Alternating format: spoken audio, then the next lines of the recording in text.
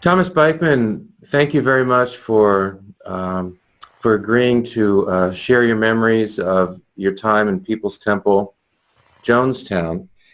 And I want to just read something that you wrote in an essay that you wrote, and then ask you the first question, and we'll get going. And this comes at the end of an essay that's posted at the Jonestown Institute site. Okay.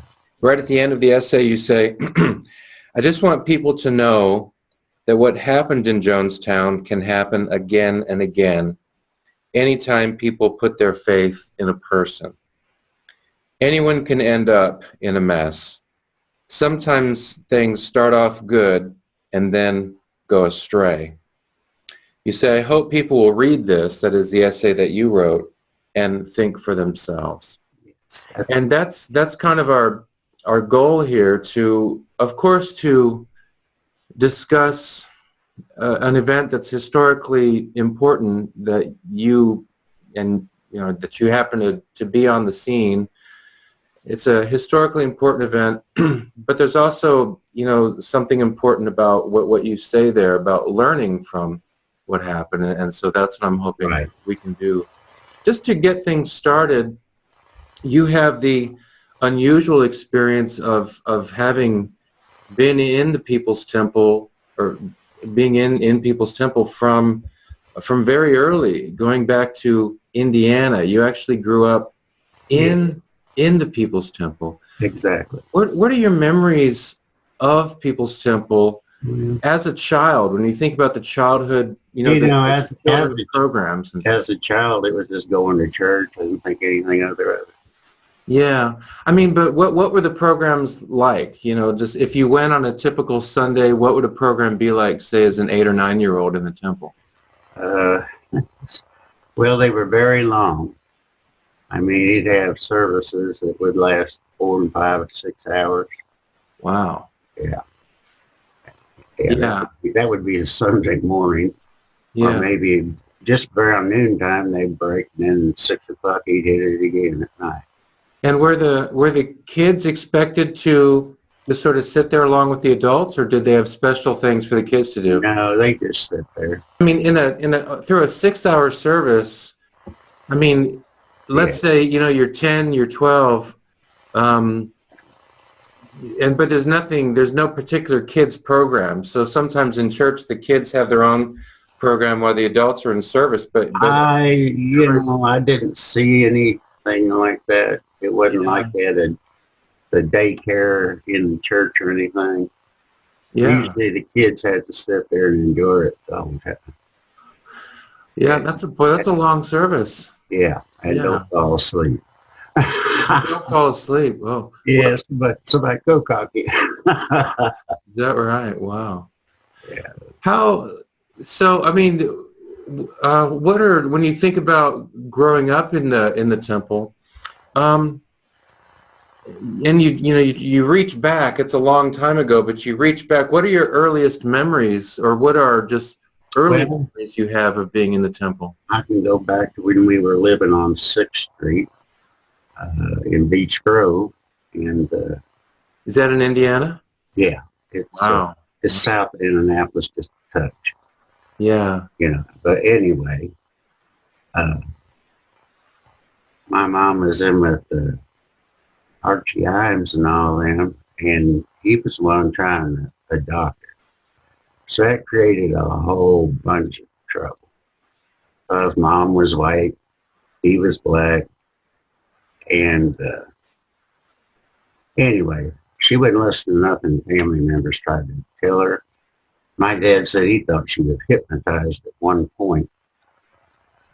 But, I can remember from after she was in it, and we went through the whole divorce thing, and I'd get locked in one house with one side of the family, and locked in the house over there, Archie Imes. And I think it's probably one of the scarier moments of my life. I looked out in the front yard and had a big cross burning in front of his house. I know people don't think that stuff went on, but it did. I seen it, and it was an experience. I never got that. Although I resented Imes, I was nice to him. I was forced to call him grandpa or whatever. They strip people of your identity. That's part of a cult too. Yeah. They want to tear you down as low as they can get you. Yeah. And build you up, But when growing up in it, I guess it wasn't until after I got in the jungle I really started saying, man, this is a mess. Yeah. So let me just pull a couple things apart there. You mentioned what you wrote, and then you just referred to it here, that your parents divorced. Now my understanding is they will remarry in California, but well, the main thing part about that was my dad decided they were going to take my mom and me to California. To go with the People's Temple to California. Yes. Yeah. Yeah. But they were wanting her to go, and she was going and taking me, so he just got back with her. He went, and I'll say I have a lot of respect for the man. He might not have been educated. Yeah. But, in today's world where nobody wants to take care of their own kids, you know what I'm saying? Yeah. Yeah, he was a hard-working man. Yeah. So your mom was committed to the temple, your dad less so. This leads to... After that happened, she come home one day where they shaved her hair off in Nimes' basement. And my dad about went berserk when he seen it. That just goes to show you. In other words, I don't know how to explain it. It's just like it lowers your esteem and stuff, Yeah, yeah. So, okay, so your mom in Archie Iam's home had her hair shaved off? Yeah, they shaved her hair off. And this was when the temple was still in Indiana. Indianapolis area. Indianapolis. Why did they shave her hair off? I really don't know. I was small. I thought. Yeah. I was just like, wow. Yeah. But sure. Looking back on it, that was a form of surrender and control. Form of surrender and control. Yeah. Now you mentioned a minute ago that you saw a cross burning in Archie Iam's yard. Yeah. I would say probably one of my uncles had something to do with that. Because, like it or not, he was claimed. Not something I'd want, but at any rate, I think that's probably where it came from. My dad's brother's trying to, scare Imes because Imes had created so much turmoil in his life. Yeah. So one of the things that's going on in the temple is that this is an integrated church, right? This is a racially integrated church. Exactly. How old were you when do you have a memory? You see these things happening when you're a kid. Your mom gets her hair shaved. You see the cross burning. You see the conflict. But as a kid, you're not processing a lot of stuff. Do you have a recollection of a point, in your late childhood, early adolescence, when you had a sense that, that something was awry? Definitely. Well, we couldn't associate with people that weren't in the church. There again, that's another form of control. Yeah. Look here, I was 10, 11, 12 years old, somewhere around there. Yeah. And there was a girl named Stacy. And I don't mean to get, but she was well blessed. Yeah. And at that time, at that age group, you didn't see that. So, I kind of was sweet on her. And one of the girls from the church turned me in, and that was a long story. But anyway, it was kind of funny. Even if you wanted to have a relationship with somebody, he wanted you to ask. So they have a relationship committee for you to go. Yeah or nay? Are you kidding me? So in order, you're saying something else that happened in the temple is that if you wanted to have a relationship with someone, in terms of a romantic relationship, it would first have to go through the relationship committee? Yeah. And this applied even to like 12-year-olds or something? Well, I don't know about, I don't think it was that much on 12-year-olds, but Yeah. that was the system you had to live. I mean, it was, Now, did you, when you're a child, you're a young person, you're an adolescent in the temple, did you go to just regular public schools? yeah. And there's something else I'm going to touch on. Most people in church pay 10%, right? Yeah. Uh, well, he went from 10% to 25%, not a bring home, before tax. My mom worked 2 jobs. My dad worked a full-time job and a part-time when he could get it. And I'm going to school, and I get sent home 3 or 4 times at the bottom of my shoes falling out. There was nothing about being equal. I mean, Mm. I don't need to target just Jim's kids, but all of them was in upper echelons. Like Christmas, well, at one time we could have $10 for Christmas. Yeah. But you would turn around, we're grunts, but you see other kids, new bicycles, new this, new that. As a kid, you knew right then, ain't nothing fair about it, And I think that bothered me quite a bit. And I don't know, I've always been somewhat standoffish. Probably hard to believe now, but I about had a nervous breakdown at 12. I couldn't, I love my dad, but he was very verbally abusive, Yeah. So it sounds like you're saying you were, that being in the temple, that you paid a price at school because you didn't have, you didn't have things that other kids had, and that's because the temple is taking the resources that your parents are making. Exactly. Was it at this stage already when you're 12 years old, you're hearing the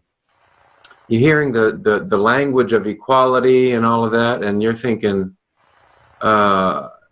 you're doubting what's going on. Yeah, well, I'm not, I can see. Yeah. I always had a certain amount of resentment, I guess, Yeah. to relating to a teenager rebelling against his parents, Yeah. But Yeah. I did rebel. Now, what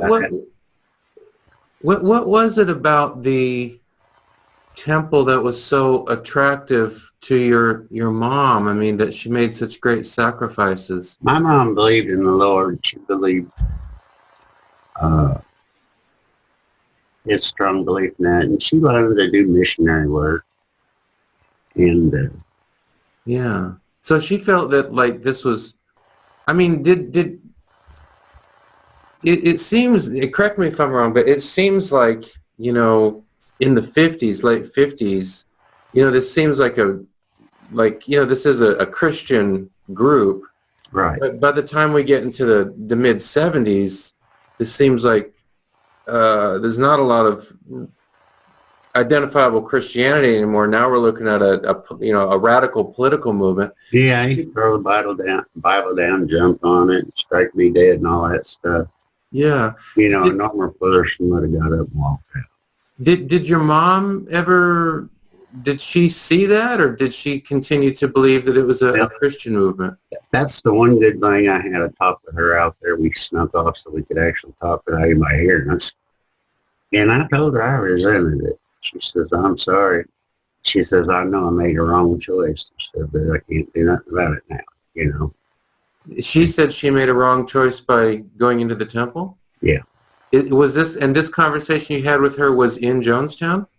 Yeah. Oh boy. And now, yeah.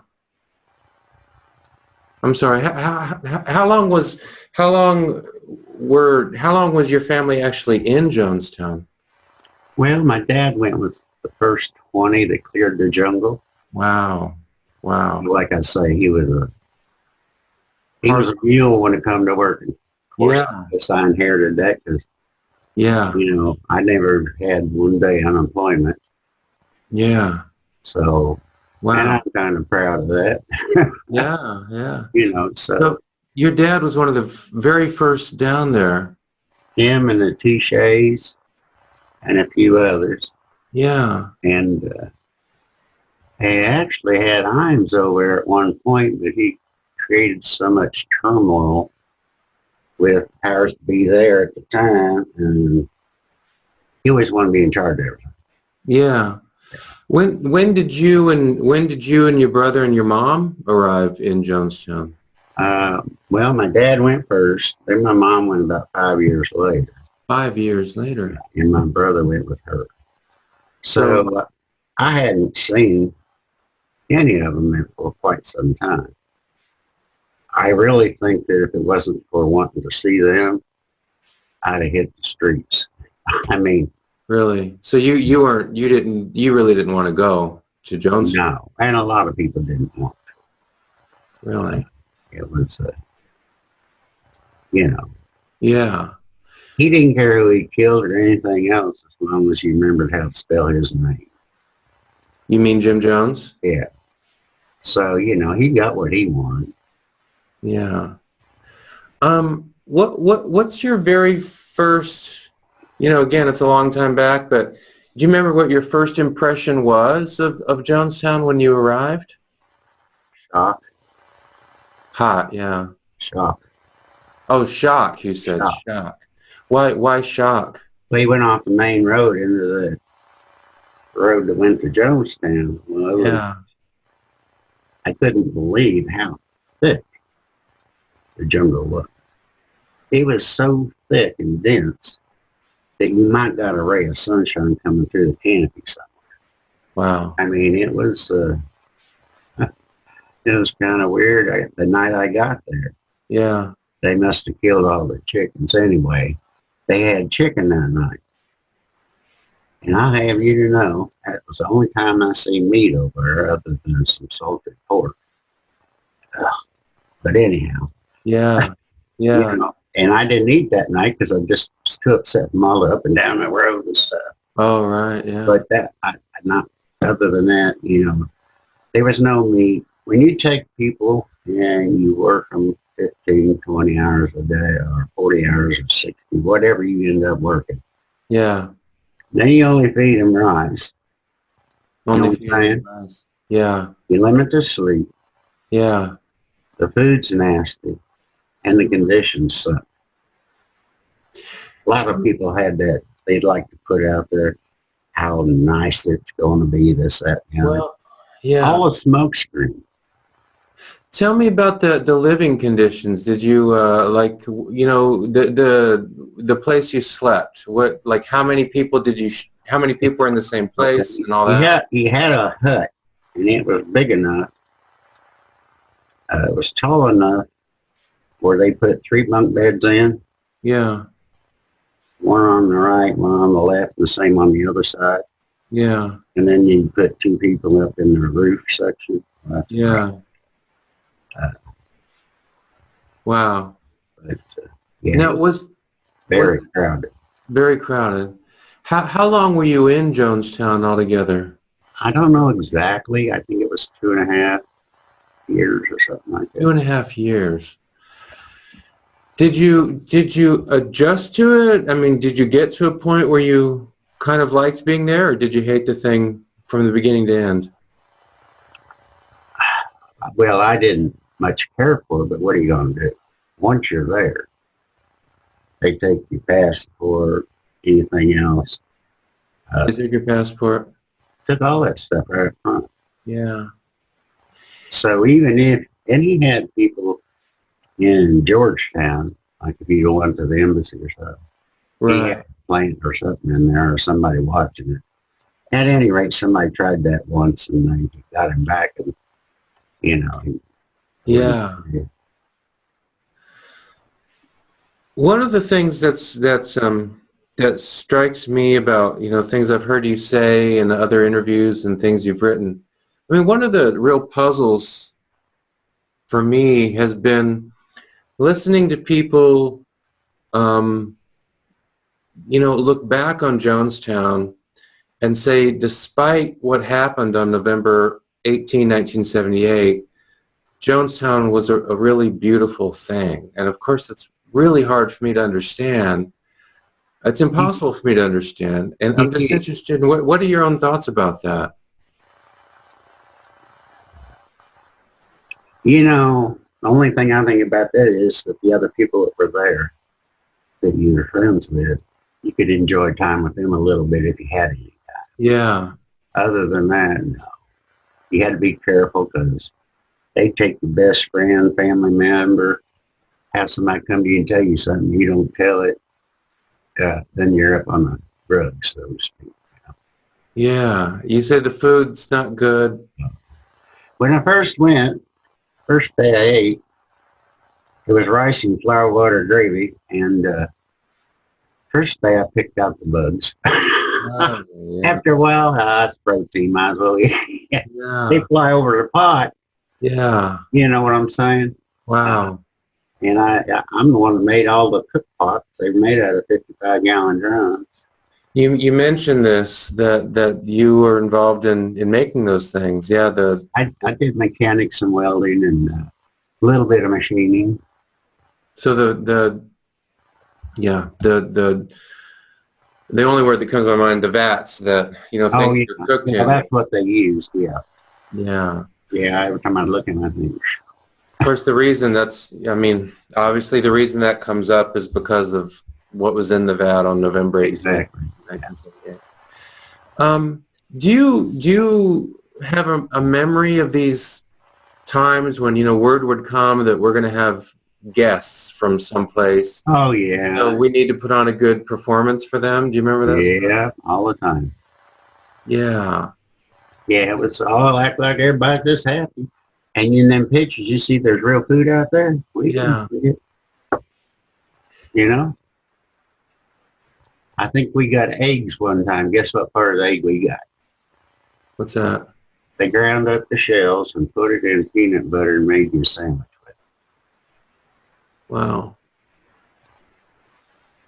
So when, we get these videotapes, and people are asked, do you like it here? And the person says, oh, I'm really happy, and I've never been. They better not say nothing else. What's that? They better not say anything else. Wow, yeah. You don't want to be physically, and then once you get on the bad side, it's kind of like they write them over and over and over. I kind of knew how to stay out of the fray of that stuff. Yeah. Number one, you can't trust anybody. Your description of it, it reminds me of documentaries I've seen about North Korea, where everybody's watching each other and listening in. Exactly.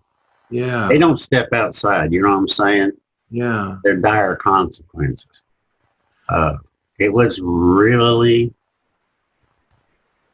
to me, it was like a prison camp. Yeah. And I'm not saying that because of the people that were there. There were a lot of good people in. Yeah. A lot of good people. Yeah. A lot of people actually believed in what he was saying. Obviously, he did. How could you kill all them kids in black and whites? He didn't care. How could he put out, he was, caring for everybody. No. I'm interested in this conversation you had with your mom. I told her, I said, I really resent having to call him Grandpa. I said, I just want to, kind of clear the air. Called Jim Jones Grandpa? Iams. Iams, okay, Archie Iams, yeah. And I said, I just got to tell you because I need to get it off my chest. She says, you're right. It ain't right. But I can't do nothing about it now. I'm sorry I made that. I said, okay. But that gave me a lot of solace later. Because she had so much conviction for her to admit it wasn't right. Now, by it wasn't right, she's speaking of the People's Temple in general. Right. Well, their beliefs was really a lifestyle. I'm not explaining it to me. Right. It's just like going to regular church, You go to church, you should do this, this, and this. You know what I'm saying? Yeah, yeah. Wow. It Now wasn't abnormal to me at the time because you grew up in it. I grew up in it. It's all I knew. Yeah. But after all that happened, what a mess. Uh, When you were in Jonestown, did it ever cross through your mind like I got to get out of here? I mean, did you oh, yeah. ever think about escaping, trying to escape? There was no place to go. Where are you going to go? You're out in the middle of the thicket of the jungle. Of course, he had people that guarded the place. But even if you got out past there, you don't have money. You have no means of communication. You have no passport. Did you ever share your doubts with others within the temple? Or was that just a situation where you No, I mean, I shared it with my dad. did your dad feel the same way? He didn't much care for Jones. I mean, he was a hard worker and did whatever, but Yeah. always in the back of his mind was the fact that they got divorced and he was the cause of it. That your mom and dad had gotten divorced and Jim Jones was the cause of that. Right. They divide and conquer. I mean, I think if somebody heard, oh, your dad was one of the very first people down there who actually helped to build it, he must have been committed to the cause. Well, my dad, you had to know my dad. He was a hard worker, but he'd cuss you in a minute. But what? I said he would cuss at you in a minute. So he was, didn't nobody mess with him too much. So his attraction going was, that's a place where I can go and work hard and do something useful. But he, in his own mind, in his own heart, he's not really devoted to this particular cause. He wasn't devoted at it at all. He was doing it because he thought if we all ended up there, we'd all be together. The family could be together. Yeah, at the time he went, of course, that was early long. He was there over 10 years before they started sending people over. Yeah. He was there quite some time. Yeah. Yeah, it's amazing. You were not in Jonestown on November 18th, 78. Where were you? I was in the house they owned there in Georgetown, yes. Yeah. I had went in to go to a doctor. I broke my arm over there, and so they airflogged me into supposed to be a private hospital over there. Yeah. No windows. Operating table wasn't made out of metal. It was wood. You know what I'm saying? Wow. And anyway, so they put plates in my arm. And so when I was in Georgetown, that was another revisit. They put them in, they took them out, and they put it in a bone graft in 2 different plates. And I had staph and coli infection just running out ulcers. Yeah. So because of this broken arm, you were getting medical treatment in Georgetown. Yes. What do you remember about when you first heard that something had happened back at Jonestown? It was a shock, really. I mean, I always figured if he went off cuckoo, somebody there would take care of it, but evidently it didn't happen. How did that word come to you? I think, Sharon Amos was in the house, and she was the one from Jonestown to Georgetown. They had a short way. Yeah. And I actually cooked her and her ex-husband and kids chicken dinner. They went down, got chicken, brought it in, and sharpened the knife up real good and cut the chicken up and had to cook the meal for them. And 2 days later, when this all started, she grabbed that knife, and that's what she used to cut their throats with. I never forget hearing the little girl say, "Oh, Mom." I'll never. You know, you're describing what happens with Sharon Amos, and she kills her 3 kids. She kills herself, and you saw this. Well, it was in the back bedroom. She asked my dad to come back there. Yeah. Well, she was one of the upper ups. She didn't tell him you need to do so. So he got up. We were both sitting on the couch. He went back there, and I think she cut the little boy's throat first. And the little girl said, "Oh, Mama." And she was wanting my dad. There was another little girl there called Stephanie, I think. She told him to cut her throat. He was in shock. The long and short of it was, that's how he ended up in prison. Because he was accused of being involved. He was accused of being involved.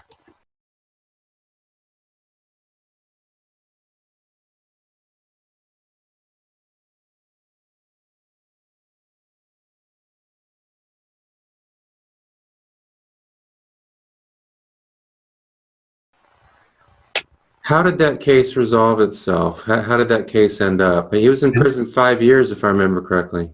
Yeah, he was there at least 5 years. How did that end up? Well, he just had to do the time. Eventually, I guess the 5-year time was up. And he was charged with being an accessory? I'm not 100% sure anymore. Yeah.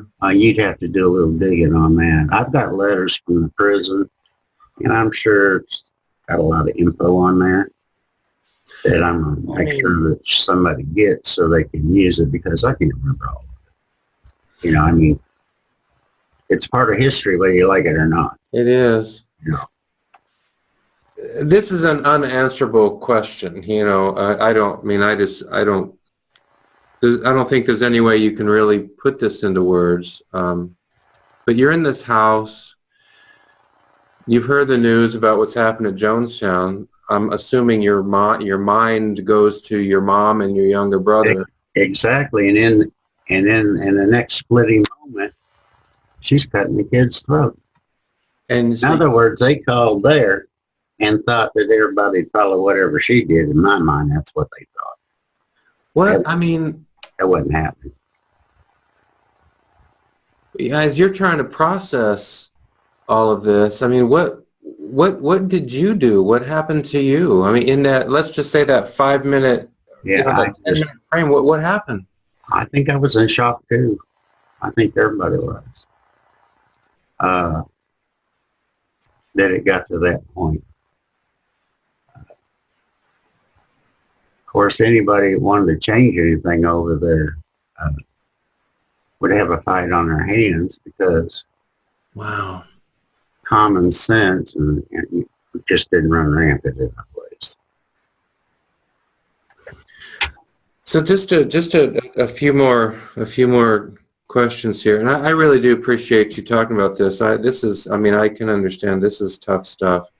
As you said, you know, it is a historically important story, and we certainly will get to the message you have for others about how to avoid this kind of thing. But let's think about that. Let me see. This happens in the I don't know. Is it midday of November 18th, something like that? But yeah, it was daytime. Like let's go to the morning of November 19th. What we were under house arrest. Yeah. And the Guyanese government or military was all surrounded it with AKs, and about every 2 hours they'd get you up and do a count. You stand there in your underwear. So we lived under that for a few days, and then that finally went away. Do you have any memories of? Well, let me preface the question by saying this. One of the things that's really striking to me is how Jones's sort of circle, his inner circle of advisors, seems to have been mostly young women. Yeah. Carolyn Layton, Annie Moore are the two names that are in my mind. What What do you remember about Carolyn Layton and Annie Moore? Well, they both did whatever they wanted to do.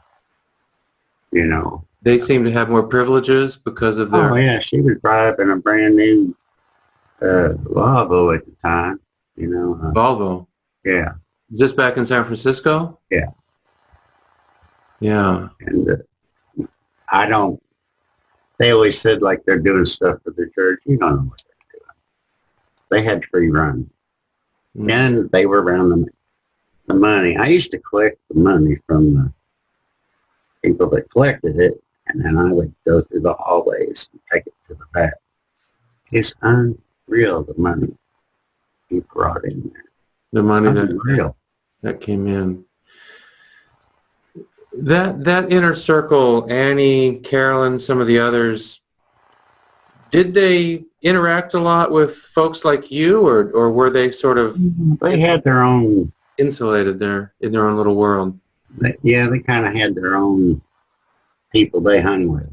It was like, it was segregated amongst, I guess, if you were in an upper circle or down at the bottom. Yeah. You know, that was the only difference I could see. So the communist ideal of perfect equality didn't play out there either, huh? No.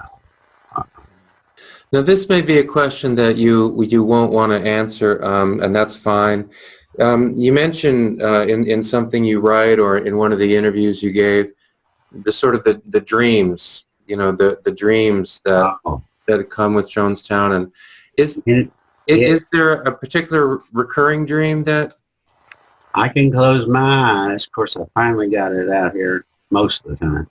I can still see his face with them glasses. Jones's face with those glasses on? The tinted glasses? Yeah. Yeah. I mean, and it got so bad I had to learn how to block the dreams.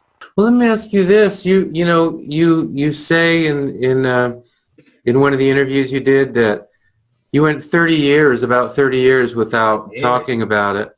I wouldn't talk about it. Of course, my wife is aware of it. Yeah. But it wasn't a topic of discussion. The only person I ever talked to has been my uncle. And he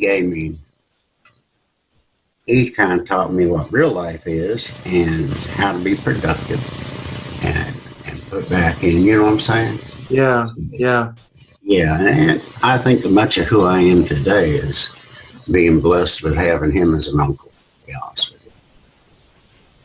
So you were able to talk about it with him. What was it that made things change for you that after 30 years you were willing to do something like this? I had got to a point where I was so depressed I'd pray to die. Mm.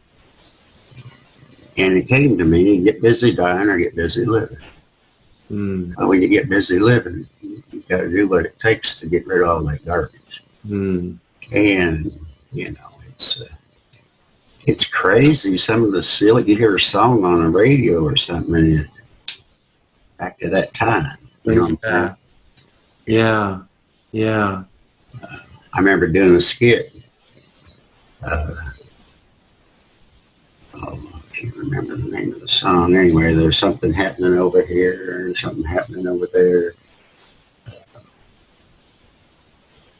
It was a song about civil rights or something like that. I'm sorry, I can't remember all of it. Yeah. This is in Jonestown? No, before that. Oh, in San Francisco. Yeah. Okay. Yeah. Yeah. And so you were involved in a skit, but you heard a song, and the song brought you back to that time when you were involved in a skit in San Francisco in People's Temple. Right. Yeah, that kind of thing. And it doesn't matter. I mean, and I know people don't mean anything by it, but, you know, well, I guess don't drink the Kool-Aid. You know what I'm saying? Well, that's what came to my mind. To me, it's hurtful, but I have to let it go because they're not doing it with knowledge. Right. I mean, a lot of people don't even know where that phrase comes from anymore. Yeah, that's hard to believe too. I'm glad people like you are dealing with it. That's why it's so important, exactly. Yes, and that's, if you want to talk another time or something, that's fine too. Yeah. Anything I can do to make people more aware. Well, let's finish with that, because as again this short essay that you have posted at the Jonestown Institute site. So I just want people to know that what happened in Jonestown can happen again and again. Anytime people put their faith in a person, anyone can end up in a mess. Sometimes things start off good and then go astray. Exactly. So, the challenge, of course, is that, to get through life, we have to be able to trust people and to be trustworthy. Right. But then you get into this situation where if we trust, certain people, then that can be a real problem for us. Just to finish this up, what advice do you have, or what thoughts do you have, what counsel do you have to pass on to young people who are, hearing all sorts of things from the media, social media, etc.? Don't give up your own personality and your own needs for peer pressure or for anyone else. Be yourself. Do not accept the easiness, what they do with cults. Oh, it's so easy. You come in here and you don't do nothing. But you pay the ultimate price. And if I can instill in somebody, if they're in something and it's not right, they, a little voice, that they think maybe this is wrong, get out. It don't matter if it's in a certain group, church, association, it doesn't matter. It can happen anywhere. If you hear those little voices of doubt, pay attention to them. Yes. Yeah. And be honest with you, and you'll say I'm crazy, and I might be. But I was over in the jungle, and it just kept coming to me. I'm only back up in the States. But when you look at, I said, well, that's hopeless. But can't get out. I don't know where it come from, but at any rate, it all worked that way, Yeah. Which is really strange. I mean, I was supposed to go back on the airplane the day before, and somebody from the States had come going out, and they bumped me off the plane. That's how, because I'd already seen the doctor, see. Yeah. So you were scheduled to go back to Jonestown, but yes, the day before. Got bumped by the day before, November 17, yeah, 1978. Have you ever wondered why? I can't think of a gentle way to ask this question, but have you ever the thoughts must have crossed your mind? Well, why am I among the survivors? I had survivor guilt for years. So, yeah. My dad said something hurtful to me one time about, well, you didn't hear about your father. And I said, yes, I do. I said, I wish I'd died and he didn't live. It just, survivor's guilt's a real thing. And so is, post-traumatic stress. Sometimes it'll come on me and I'll just kind of get off to myself, get my own head straight, So it's an uphill battle. I think if you accept it and you try to make it look all rosy, because that part of your life you committed so much to was for naught, and it helps you personally, and this is the way I see it with other folks, it helps them personally to put flowers and stuff on it, because then they're going to think, well, it was all, I mean, everybody deals with that in their own way, but that's my take on it. Does it, on this question of survivor's guilt, and we will wrap this up, but one other question does come to mind. Your brother is among those buried in a mass grave. That's in Oakland, right? Oakland, California. Right. Does that make it harder that there's not a specific place you can go and say, this is where my brother is? I've always wanted to go out there, but with the health issues and what you'd have to do to move oxygen and all the other junk I use, it'd just be too hard. But it doesn't change. He'll never die in my heart. Yeah. So that doesn't really matter to you that he's in a you know, I mean, I think the phrase you use in the essay you wrote, he's in a mass grave rather than an individual one. That particular thing doesn't really bother you. Well, it would be nice, but they couldn't identify him, so you just deal with what you got. Yeah. And it wasn't like you had a choice. Now, they identified my mom, but her sister's done that. I didn't have anything to do with it. Till she come back, they sent the coffin back to the States. And she was buried in Martinsville. It was her hometown where she was from. There in Indiana? Mm-hmm. Yeah, yeah. Well, Mr. Beikman, I really appreciate this time. I know this is tough stuff to talk about. As you've said, it is an important historical story, but that doesn't make it easy for those who are there to talk about. So I really appreciate you doing that and making these memories of yours part of the record to preserve history. That's important, but also so others can learn from the experience. I mean, you know, I know people have associations with certain ones that helps them job-wise or otherwise. You know, and you think, well, that's great, and it is. Yeah. There are times when that can even imprison you. You know what I'm saying? Yeah, yeah, I hear that. Well, thank you very much, Mr. All righty. I really appreciate you taking the time. Well, I hope it helps. I hope people pay attention to what you're trying to do for them. And honestly, it's a terrible thing to have to talk about, live through. But just know that it was real. And all them people died for nothing. Nothing. Absolutely nothing. What did they do wrong? If he had an ounce of compassion in his brain, Jim Jones. if he had an ounce, why would you kill the kids? You know, of course you just, you know, it's funny when somebody says, well, where's your mom? How old is this? Well, you know, they want to know the whole life story, and if you don't have time, I just tell them something else, you know. Yeah, yeah. But I've been guilty of that.